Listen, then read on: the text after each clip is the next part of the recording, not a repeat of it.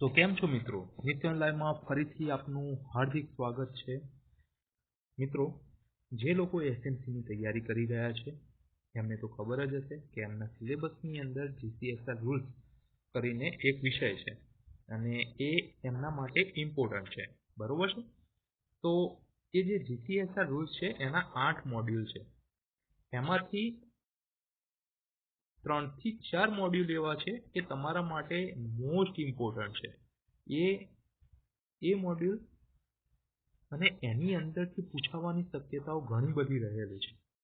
Okay, 3-4 module એવા છે, બરોબર. અને એમાંથી ઘણા બધા આપણે કવર પણ કર્યા છે. કયા? તો કે ગુજરાત મુલકી સેવા, રજાના નિયમો,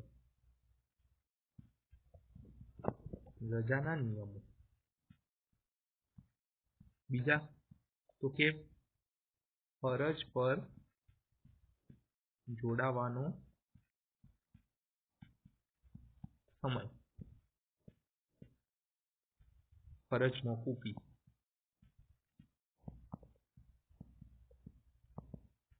ના નિયમો, બરોબર. એક તો આ રજાના નિયમો, ફરજ પર જોડાવાનો સમય, બરોબર, એના નિયમો. ત્રીજું આપણે આજે જોવાના છીએ નોકરીની સામાન્ય શરતો.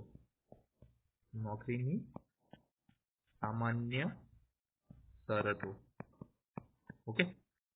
તો આવા 3-4 નિયમો એવા છે કે જે બધા જ માટે ઇમ્પોર્ટન્ટ છે.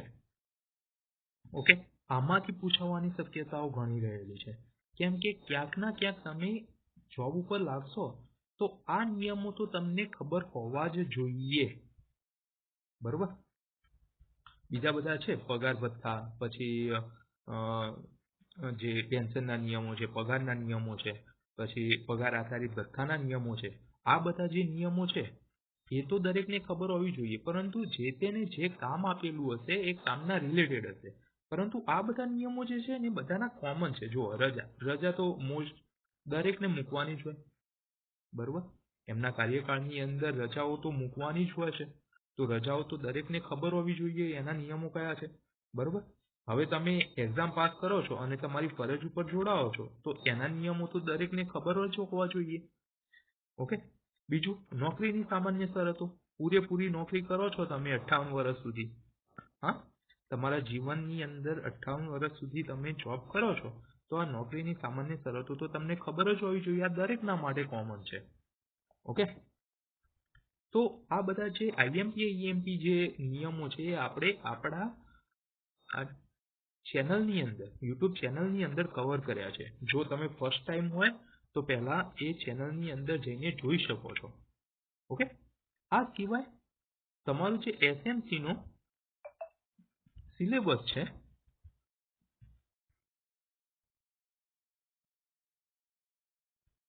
તો આ સિલેબસની અંદર જીપીએમસી એક્ટ છે એ બધાને ખબર હશે. ઓકે. આ જીપીએમસી એક્ટ 1949 આ તમારા સિલેબસની અંદર છે. તો આ જે એક્ટ છે એ આખો આપણે કવર કર્યો છે. ઓકે. તમારો આ જે એક્ટ છે એ પૂરેપૂરો આપણે કવર કરેલો છે. એ પણ તમે આપણા આ ચેનલની અંદર જઈને જોઈ શકો છો. ઓકે. બીજું તો કે આ એક્ટના સંલગ્ન જે આઈએમપી એમસીક્યુઝ છે એ પણ આપણે કવર કરેલા છે. ખાસા એવા વિડીયો આપણે મૂકેલા છે અંદર, તમે એ પણ જોઈ શકો છો. બીજું તો કે બિન સચિવાલય કચેરી કાર્ય પદ્ધતિ.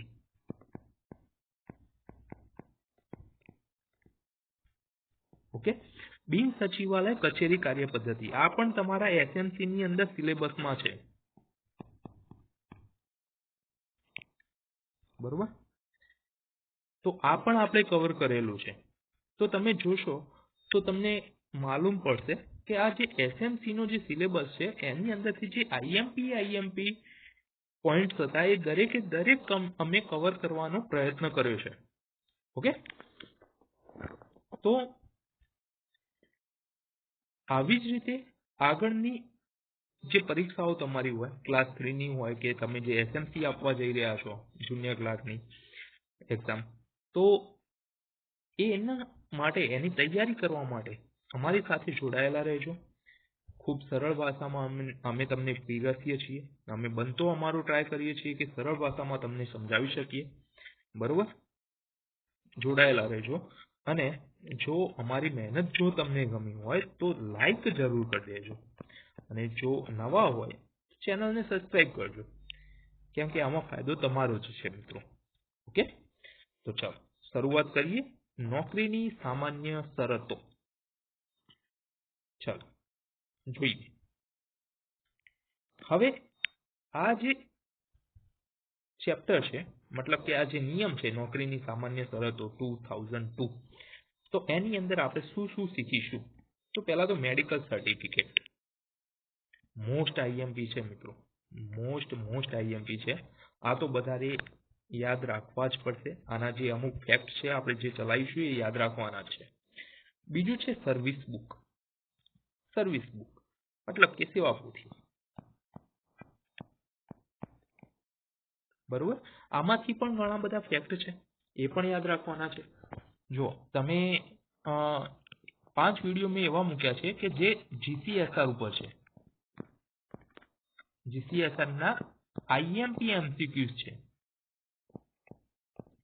બરોબર, તો તમે એ વિડીયો જોશો, એને સોલ્વ કરશો તો તમને ખબર પડશે કે આ બધામાંથી કેટલા પ્રશ્નો પૂછાયા છે.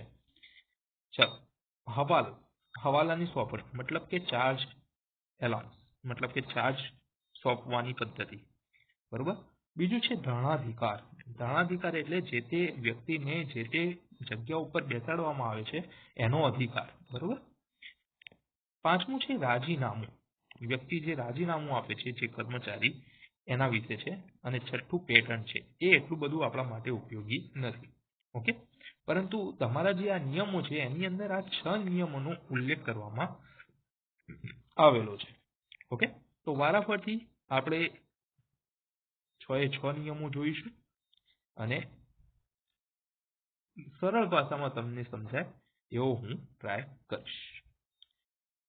ચાલો, બહુ સરસ એવી એનાઉન્સમેન્ટ તમારા સામે કરવાની છે અમારે. રથયાત્રા ઓફર અમે રાખી હતી. બરોબર, જો તમને ખબર ના હોય તો કહી દઉં છું. હમણાં જે રથયાત્રા ગઈ એ વખતે 2 દિવસ માટે અમે એક ઓફર રાખી હતી કે જે એસએમસી ના જે તૈયારી કરતા, 3જી શ્રેણી ક્લાર્કની તૈયારી કરતા જે મારા મિત્રો છે એમના માટે અમે લઈને આવ્યા છીએ mock test series. Okay, mock test series જેની અંદર 5 મોક ટેસ્ટ તમને પીડીએફ સ્વરૂપે મળી રહેશે. ઓકે, કેટલા મોક ટેસ્ટ છે ભાઈ? 5 મોક ટેસ્ટ છે. બરોબર, તો અમે ઓફર રાખી હતી. એ મોક ટેસ્ટનો પ્રાઇસ છે 199 રૂપિયા, પરંતુ રથયાત્રા માટે અમે એ માત્ર ને માત્ર 99 રૂપિયામાં આ ઓફર ફક્ત 2 દિવસ માટે રાખી હતી. પરંતુ ઘણા બધા વિદ્યાર્થીઓએ આ ઓફર લીધી છે અને બીજા ઘણા વિદ્યાર્થીઓને આનો લાભ મળી રહે એ માટે થઈને અમે આ ઓફરને બીજા 2 દિવસ સુધી લંબાવવાનો નિર્ણય લીધેલો છે. ઓકે, તો તમારામાંથી પણ કોઈએ આ ઓફરનો લાભ લીધો ન હોય તો તેને તમે લઈ શકો છો. 5 મોક ટેસ્ટ પેપર છે, એમાં 1+4 છે, મતલબ કે એક ફ્રી છે અને બીજા 4 પેડ છે. આ જે ફ્રી ટેસ્ટ પેપર છે એ આપણી જે ચેનલ છે નિત્યમ લાઈવ એના ઉપર ઉપલબ્ધ છે. તમે ત્યાં જઈને જોઈ શકો છો, એ પેપર આપી શકો છો, તેની ક્વોલિટી ચેક કરી શકો છો અને એના પછી તમે ખરીદી શકો છો. ઓકે, તો આ ઓફરનો લાભ લીધો ના હોય તો વહેલી તકે તમે લઈ લેજો. આ 2 દિવસ સુધી અમે આ ઓફરને લંબાવવા માંગીએ છીએ કે જેથી મેક્સિમમ લોકો આ ઓફરનો લાભ લઈ શકે અને ઓછામાં ઓછા રૂપિયાથી તમે તમારું પોતાનું મૂલ્યાંકન કરી શકો. બરોબર, તો ચાલો, પરંતુ આના માટે તમારે કરવાનું શું છે તો કે અહીંયા જે નંબર આપ્યો છે નીચે 8347 8335 70, આ નંબર ઉપર હાઈ કરીને મોકલવાનું છે અને એના ઉપર એક QR કોડ હશે. એ QR કોડ ઉપર તમારે 99 રૂપિયા સેન્ડ કરવાના છે અને એનો સ્ક્રીનશોટ એ જ નંબર ઉપર તમને મોકલવાનું છે. તમને 5 PDF મળી રહેશે. 5 મોક ટેસ્ટની PDF મળી રહેશે. ઓકે, તો ચાલો હવે આગળ વધીએ.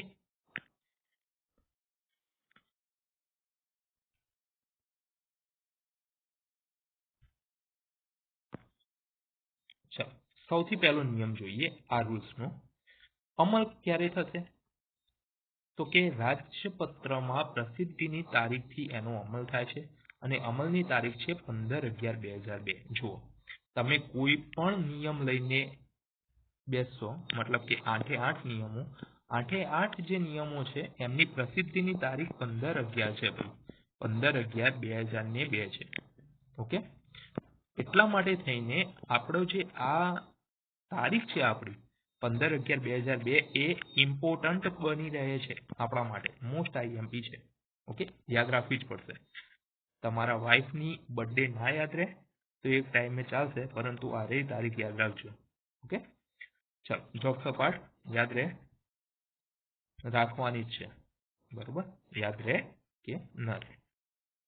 ચાલો નિયમ 2 કોને લાગુ પડશે? જેની સેવાઓની શરતો ગુજરાત સરકાર ઠરાવવા સક્ષમ હોય તેવી તમામ જગ્યાઓને લાગુ પડશે. મતલબ કે ગુજરાત સરકાર જેની સેવાઓની શરતો બનાવે છે એ તમામને આ લાગુ પડે છે. તો આ સ્લાઇડમાંથી શું કરવાનું? એટલી તારીખ યાદ રાખવાની છે. ઓકે, ચાલો નિયમ 3 શું છે? તો કે અર્થઘટનની સત્તા કોની પાસે છે? તો અર્થઘટનનો કોઈ પ્રશ્ન ઉભો થાય તો નાણાં વિભાગનો નિર્ણય આખરી ગણાશે. ચાલો ભાઈ, IMP પ્રશ્ન અહીંયાથી પડી શકે છે. ઓકે, અર્થઘટન કરવાનું મતલબ કે આ જે નિયમો છે એની અંદર કોઈને કન્ફ્યુઝન થાય, બરોબર, કોઈ વિભાગમાં કોઈ કેસ ચાલતો હોય ને એની અંદર કન્ફ્યુઝન થાય કોઈ નિયમને લઈને કે એને શું સમજવું, તો એની અંદર આ જે નાણાં વિભાગ છે એ જે નિર્ણય લેશે એને આખરી ગણવામાં આવશે. તો નાણાં વિભાગ તમારે યાદ રાખવાનું. ચાલો નિયમ 4 છૂટછાટની સત્તા. નાણાં વિભાગની પૂર્વ સંમતિ સિવાય સરકારશ્રીનો કોઈ વિભાગ આ નિયમોમાં છૂટછાટ મૂકી શકશે નહીં. આમાં પણ નાણાં વિભાગ યાદ રાખવાનું. નાણાં વિભાગ કેમ યાદ રાખવાનું? કેમ કે આ જે નિયમો છે, આ ગુજરાત મુલકી નિયમો છે એ કોના દ્વારા બનાવવામાં આવ્યા છે? સોરી, નાણાં વિભાગ દ્વારા. ઓકે, એટલે મતલબ કે જેને બનાવ્યો હોય એને બધી ખબર હોય, એવી રીતે તમે લઈ શકો, બરોબર. તો પછી પૂછવા કોને જવાનું? નાણાં વિભાગને જ પૂછવા જવાનું, ભાઈ તે બનાવ્યા છે તો તું કે, બરોબર છે. તો અહીંયા નાણાં વિભાગ આપણે ખાસ ધ્યાન રાખીશું. ચાલો આગળ જોઈએ.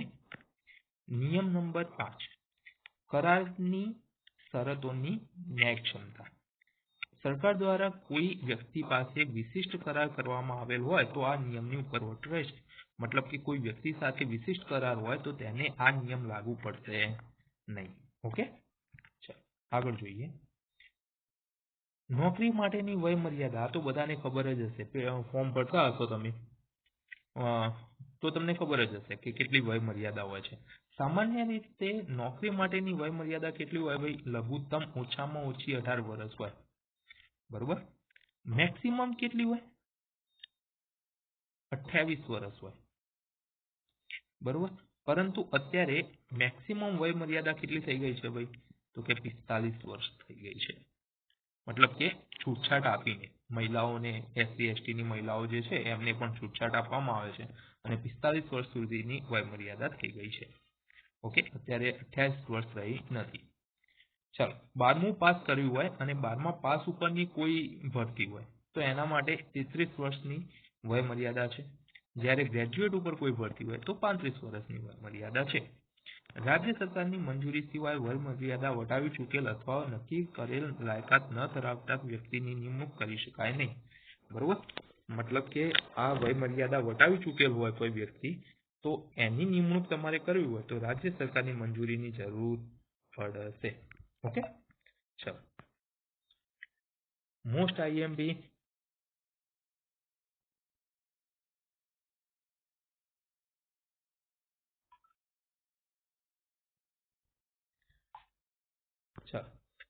IMP સ્લાઇડ આવી છે તમારા માટે.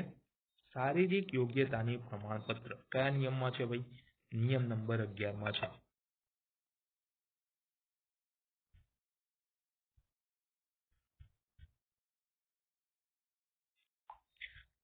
સરકારી નિમણૂક આપતા પહેલા અથવા નિમણૂકની તારીખથી 6 માસની અંદર તંદુરસ્તીનું પ્રમાણપત્ર રજૂ કરવું જરૂરી છે.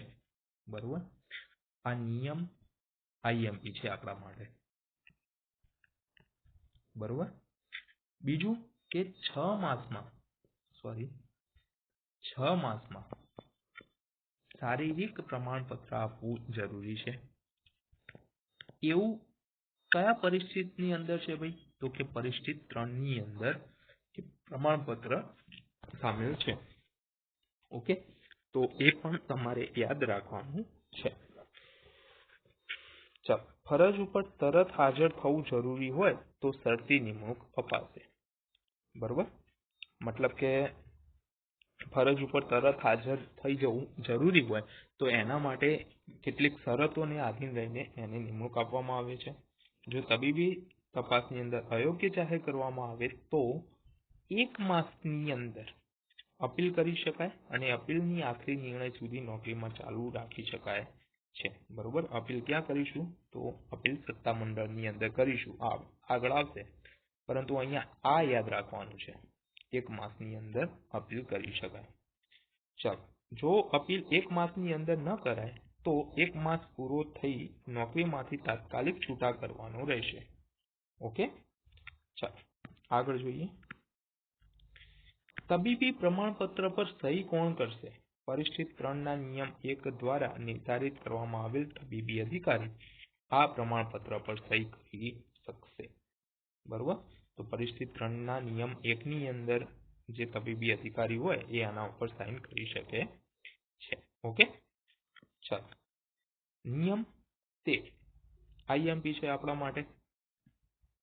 શું છે? તો તબીબી મંડળ છે. હમણાં આપણે વાત કરી કે તમે અપીલ ક્યાં કરી શકો? તબીબી મંડળની અંદર કરી શકો. બરોબર. તો તબીબી મંડળ શેનું છે? તો કે કુલ 4 તબીબી મંડળ છે આપણા ગુજરાતમાં. કુલ 4 તબીબી મંડળો આવેલા છે. કઈ કઈ જગ્યાએ છે? આ મોસ્ટ ઇમ્પોર્ટન્ટ. અમદાવાદમાં, જામનગરમાં, વડોદરામાં અને સુરતમાં. આ 4 જગ્યાએ તબીબી મંડળો આવેલા છે. તેનું બનેલું હોય તો કે 3 રજિસ્ટર્ડ મેડિકલ પ્રેક્ટિશનરોનું બનેલું હોય છે. બરોબર. સિવિલ સર્જન એ બોર્ડના અધ્યક્ષ હોય છે. સામાન્ય રીતે નજીક આવેલા સ્થળે આવેલ મેડિકલ બોર્ડ સમક્ષ ઉપસ્થિત થવાનું રહેશે. બરોબર. નજીકના સ્થળે આવેલા હોય મતલબ કે ઉત્તર ગુજરાતમાં અમદાવાદની આજુબાજુ હોય જિલ્લામાં તો અમદાવાદની અંદર હાજર થવાનું, સૌરાષ્ટ્રની અંદર જામનગરમાં, અને નીચે દક્ષિણની અંદર સુરતમાં, અને જે મધ્ય ગુજરાતની અંદર વડોદરાની અંદર હાજર થવાનું રહેશે. ઓકે, નિયમ 14 શું છે? શરીરમાં કોઈ ખોડ જણાય તેવા કર્મચારીની એક કચેરીમાંથી જુદા પ્રકારની કામગીરી વાળી બીજી કચેરીમાં બદલી કરવામાં આવે ત્યારે નોકરી માટે શારીરિક યોગ્યતાના તબીબી પ્રમાણપત્રો ઉપર સહી કરવાની સત્તા ધરાવતા અધિકારી બદલી કરવામાં આવેલ કર્મચારીને તેની નવી કામગીરી બચાવવામાં તે ખોડ અવરોધરૂપ થશે કે કેમ તે અંગેનો પોતાનો અહેવાલ આપશે. બરોબર. તો અહીંયા આ એટલું બધું તમારા માટે ઇમ્પોર્ટન્ટ નથી આ નિયમ, એટલે આપણે આગળ જઈએ છીએ. બસ એવું જ કીધું છે કે શારીરિક યોગ્યતાની પ્રમાણપત્રો જે આપે છે જે તબીબી અધિકારી, તો એ જે કર્મચારી ખોડ કાપણ વાળો હોય એ બીજી જગ્યાએ જાય છે તો બીજી જગ્યાએ કામગીરી બચાવવામાં તે ખોડ એના જે ખોડ થઈ છે અવરોધરૂપ છે કે નહીં એના માટેનો અહેવાલ એ આપે છે. ચાલો, તબીબી પ્રમાણપત્રની સમય મર્યાદા કેટલી છે? આઈએમપી. તબીબી પ્રમાણપત્ર સિવાય હંગામી નોકરીમાં 3 માસ પૂર્ણ કર્યા બાદ છૂટા કરેલ કર્મચારીને તબીબી પ્રમાણપત્ર સિવાય પુનઃ નોકરીમાં રાખી શકાય નહીં. મતલબ કે તમે એક જગ્યાએ નોકરી કરો છો, બરોબર, અને અહીંયા તમારી જે નોકરી છે પૂરી થઈ જાય છે, એના છૂટા કરી દો છો. બરોબર. અહીંયાથી તમે છૂટા થઈ જાઓ છો અને એના પછી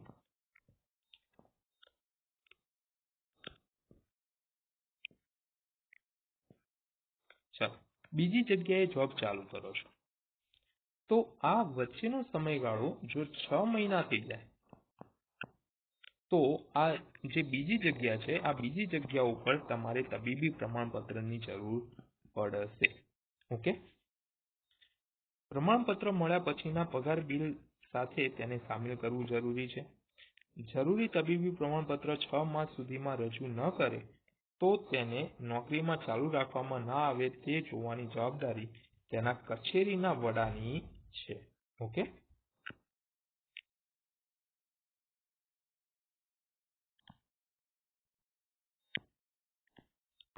ચાલો આગળ જોઈએ. તબીબી પ્રમાણપત્રની જરૂરિયાત. નિયમ નંબર 15. અગાઉના તબીબી પ્રમાણપત્રની તારીખથી 6 માસમાં પુનઃ નોકરી મળે તો અથવા પુનઃસ્થાપિત કરવામાં આવે તો ફરીથી પ્રમાણપત્રની જરૂર નથી. મતલબ કે હમણાં આપણે જોઈ ગયા કે આ બે વચ્ચેનો જે સમયગાળો છે આ પહેલી જોબ અને આ બીજી જોબ, તો આ બે વચ્ચેનો સમયગાળો એ 6 માસથી ઓછો હોય, બરોબર, 6 માસથી ઓછો સમયગાળો હોય તો ફરીથી તબીબી પ્રમાણપત્રની જરૂર નથી. ઉપરની જગ્યા પર નિમણૂક વખતે તબીબી ધોરણ બદલાતા ન હોય તો ફરી તપાસ જરૂર નથી. પરંતુ રાજીનામું આપ્યું હોય તો આવા પાછલી નોકરી રદ થઈ હોય તો તબીબી પ્રમાણપત્ર જરૂરી છે. ઓકે, મતલબ કે એક જોબ પૂરી થઈ હોય અને પછી બીજી જોબ ચાલુ થઈ હોય અને અહીંયા રાજીનામું આપ્યું હોય તો પ્રમાણપત્રની જરૂર પડશે. ઓકે, જ્યાં તાલીમ જરૂરી હોય તેવી સરકારી નોકરીમાં સરકારી ખર્ચે તાલીમ આપવા માટે શારીરિક યોગ્યતા જરૂરી છે. તબીબી તપાસમાં કર્મચારી શારીરિક યોગ્યતા ધરાવતો જણાય નહીં ત્યાં સુધી આવી તાલીમમાં તેને પ્રવેશ આપી શકાશે નહીં. ઓકે, ચાલો. સેવાપોથીમાં તબીબી તપાસની નોંધ. ઓકે, તો એમ પૂછાય કે નીચેનામાંથી સેવાપોથીમાં શેની નોંધ કરવામાં આવે છે? તો કે તબીબી તપાસની પણ નોંધ કરવામાં આવે છે. બીજી ઘણી બધી નોંધ કરવામાં આવે, પરંતુ આ તબીબી તપાસ તમે જે કરાવો છો એની નોંધ સેવાપોથીમાં થશે. નોકરી માટે શારીરિક યોગ્યતા ધરાવતા પ્રમાણપત્રની નોંધ સેવાપોથીમાં કરવી અને નોકરીને લગતા અન્ય દસ્તાવેજોની જેમ તેને જાળવવું જરૂરી છે. ઓકે, ચાલો આગળ જોઈએ. નોકરી 17 નથી, અહીંયા નિયમ 17 છે.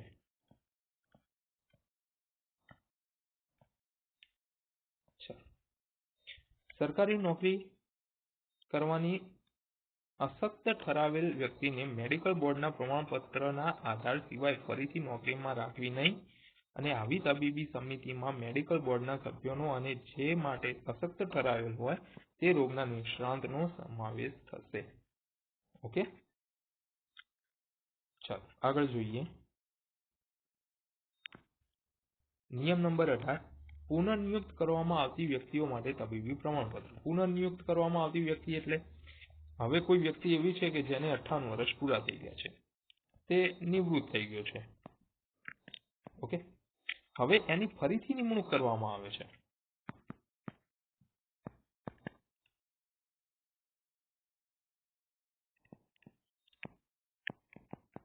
ફરીવાર નિમણૂક કરવામાં આવે છે ત્યારે એનું તબીબી પ્રમાણપત્ર લેવાનું કે નહીં? તો કે નિવૃત્તિ પછી 6 માસમાં પુનઃનિયુક્ત થયેલા નિવૃત્ત અધિકારીને તબીબી પ્રમાણપત્ર રજૂ કરવામાંથી મુક્તિ આપી શકાશે. મતલબ કે 6 માસની અંદર ફરીથી એની નિમણૂક થઈ જાય છે, મતલબ કે કરાર આધારિત, તો એને આ પ્રમાણપત્ર રજૂ કરવામાંથી મુક્તિ આપવામાં આવે. 6 માસ બાદ પુનઃનિયુક્ત કરવામાં આવે તો મુક્તિ આપવા બાબતનો નિર્ણય નિમણૂક અધિકારી કરશે. બરોબર, તો 6 માસ થઈ ગયા હોય પછી એની પુનઃનિમણૂક કરવામાં આવે છે તો એને તબીબી પ્રમાણપત્ર આપવું કે નહીં એનો નિર્ણય એ જે નિમણૂક કરે છે એ અધિકારીને રહેશે. ઓકે, ચાલો.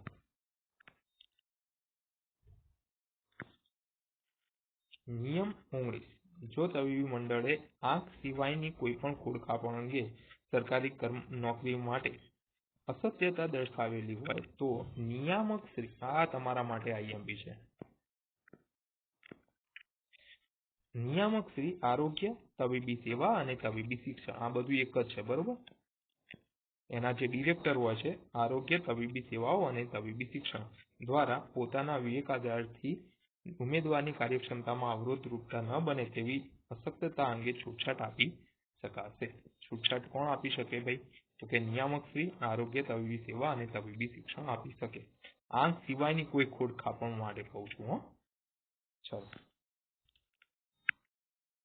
હવે જોઈએ ચાર્જ, હવાલો.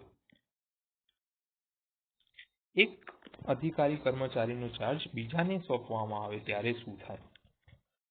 બરોબર, આપણે પહેલા જે MCQ જે ચલાયા છે, આના પહેલા જે વિડીયો લીધા હતા એ 5 વિડીયો આપણે પૂરા કર્યા છે, જેમાં GCSR ના MCQ આપણે લીધા છે. તો એની અંદર આપણે જોયું હતું કે જો એક જ સંવર્ગ હોય, એક સંવર્ગ નો હવાલો આપવામાં આવે તો 5% ચાર્જ એલાઉન્સ મળે, અને ઉપલા સંવર્ગ નો હવાલો આપવામાં આવે તો 10% ચાર્જ એલાઉન્સ મળે. બરોબર, ચાલો હવે અહીંયા છે શું?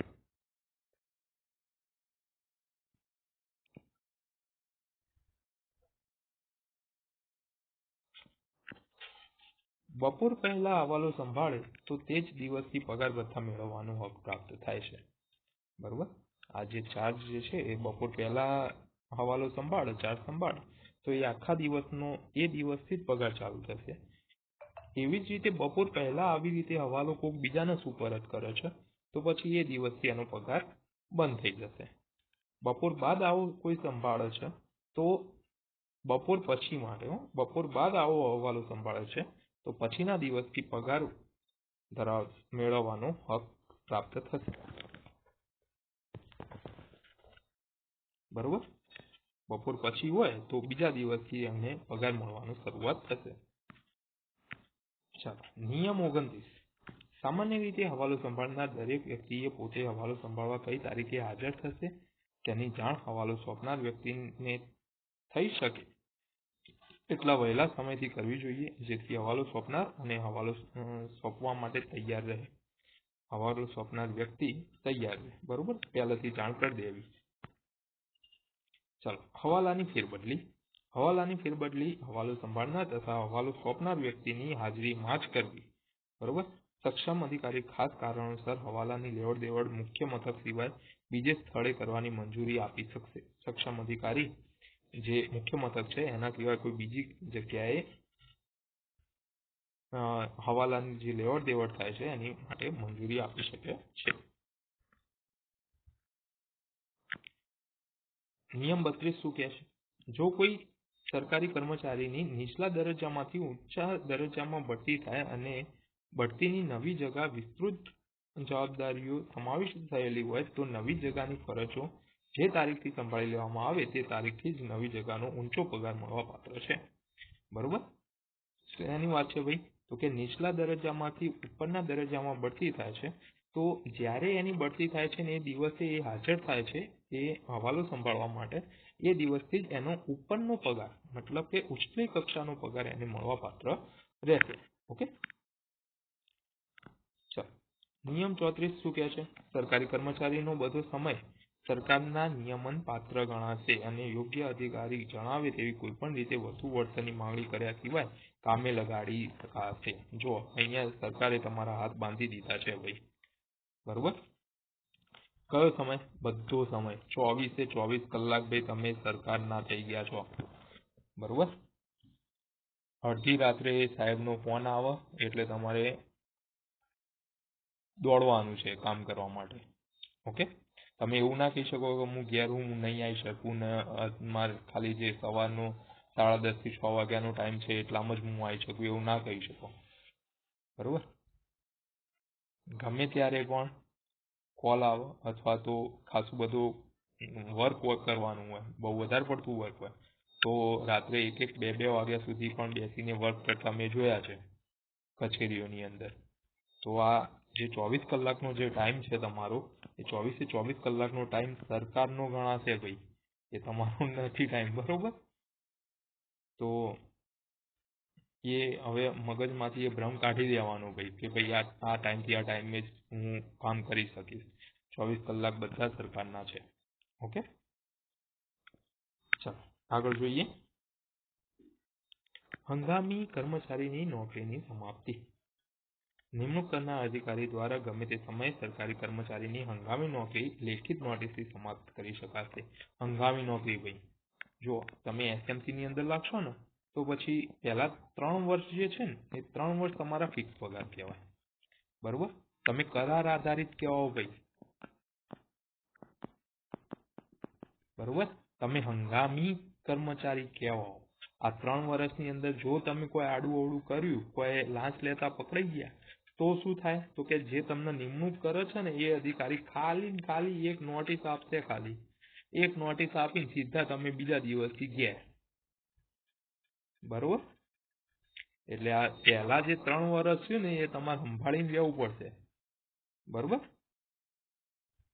ચાલો.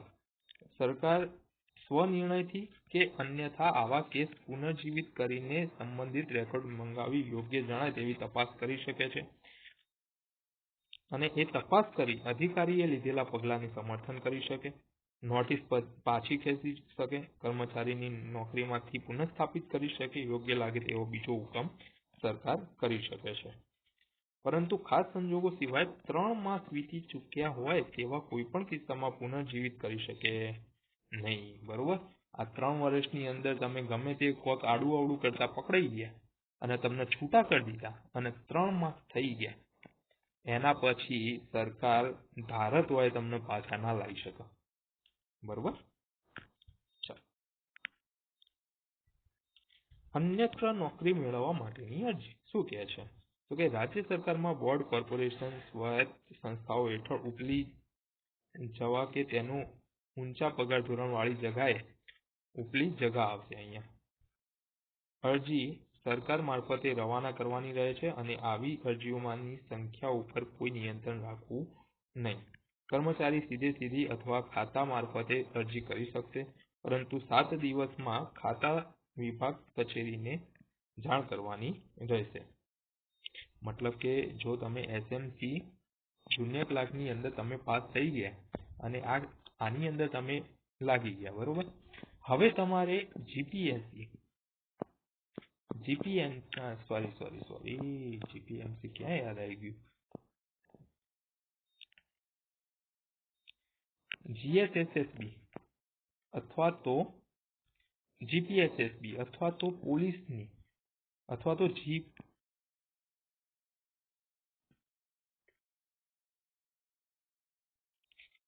જીપીએસસી ની કોઈ એક્ઝામ તમારે આપવી છે તો 7 દિવસની અંદર તમે જે તે જગ્યાએ છો એ કચેરીમાં જાણ કરવાની રહેશે. બરોબર, જો આવા કર્મચારી પાસે કોઈ ખાતાકીય તપાસ કે પડતર કે ચાલુ હોય તેવા સંબંધિત કચેરીને તેની જાણ અલગ પત્ર દ્વારા કરવાની રહેશે. ઓકે, હા, ચલો. રથયાત્રા ઓફર આપણે 2 દિવસ માટે લંબાવી છે, આપણે આગળ ચર્ચા કરી ગયા છીએ મિત્રો. જે મિત્રોએ લાભ લીધો ન હોય તે જરૂર લાભ લઈ લેજો. 5 પેપર અમે કાઢ્યા છે, પણ એવા કાઢ્યા છે કે અંદરથી ઘણા બધા પ્રશ્નો પૂછાવાની શક્યતાઓ રહેલી છે. બરોબર, તમારું પોતાનું મૂલ્યાંકન કરજો, ટેસ્ટ પેપર આપો, તમે કેટલામાં છો એનાથી ખબર પડશે. બરોબર, એવું ના વિચારતા કે ભાઈ અત્યારે એક્ઝામ લેટ થઈ છે તો અત્યારે નથી ખરીદવા, એક્ઝામ આવશે એ વખત જોઈ જવાશે. ના મિત્રો, અમે પેપર વેચીએ છીએ, અમને ખબર છે કેટલા મિત્રોએ અમારી પાસેથી પેપરો લીધા છે. ઘણા બધા મિત્રોએ લીધા છે અને એના કારણે જ અમને એવો વિચાર આવ્યો કે હજી ઘણા એવા મિત્રો છે કે જે રહી ગયા છે, એમને ખરીદવા પણ હશે. બરોબર, તો એમના માટે થઈને આ 2 દિવસની ઓફર અમે લંબાવી છે મિત્રો. તો આ લાભ જરૂર લેજો, તકનો લાભ લઈ લેજો. બરોબર, 99 રૂપિયામાં તમને 5 ટેસ્ટ પેપર મળશે અને એના માટે આ જે વોટ્સએપ નંબર છે એના ઉપર તમારે હાઈ લખીને મોકલવાનું છે. ઓકે, તો આજે અહીંયા સુધી રાખીએ. જે રૂલ્સ છે એ આગળ આપણે કન્ટિન્યુ કરીશું. આગળના લેક્ચર્સની અંદર એ રૂલ્સ આપણે પૂરો કરીશું. આઈએમપી પોઈન્ટ્સ બધા ચલાવી દઈશું. ઓકે, તો આ વિડીયો ગમ્યો હોય તો લાઈક કરજો, શેર કરજો, કમેન્ટ કરજો સારો લાગ્યો હોય તો. બરોબર, અને બીજું જો તમે નવા હોય તો આ જે નિત્યમ લાઈવ અમારી ચેનલ છે એને સબસ્ક્રાઇબ કરજો. જય હિન્દ, જય ભારત.